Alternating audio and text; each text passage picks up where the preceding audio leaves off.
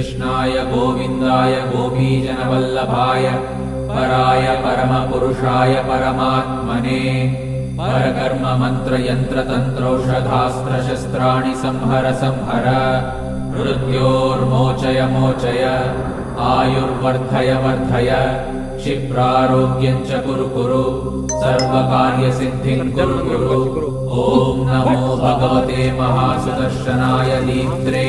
ज्वालापरिवृताय सर्वारिष्टविनाशाय सर्वसम्पत्कराय सर्वदिक्शोभनकराय सहस्रज्वालाय परमात्मने परब्रह्मणे भगवती महाक्रोली महाकाली राय काल मुकुंद चोर व्याघ्रमुकुंदं सरं दुष्टमनं सरं जानमनं वशं करो ब्रह्मस्त्राय विद्महे संबलवानाय विमहे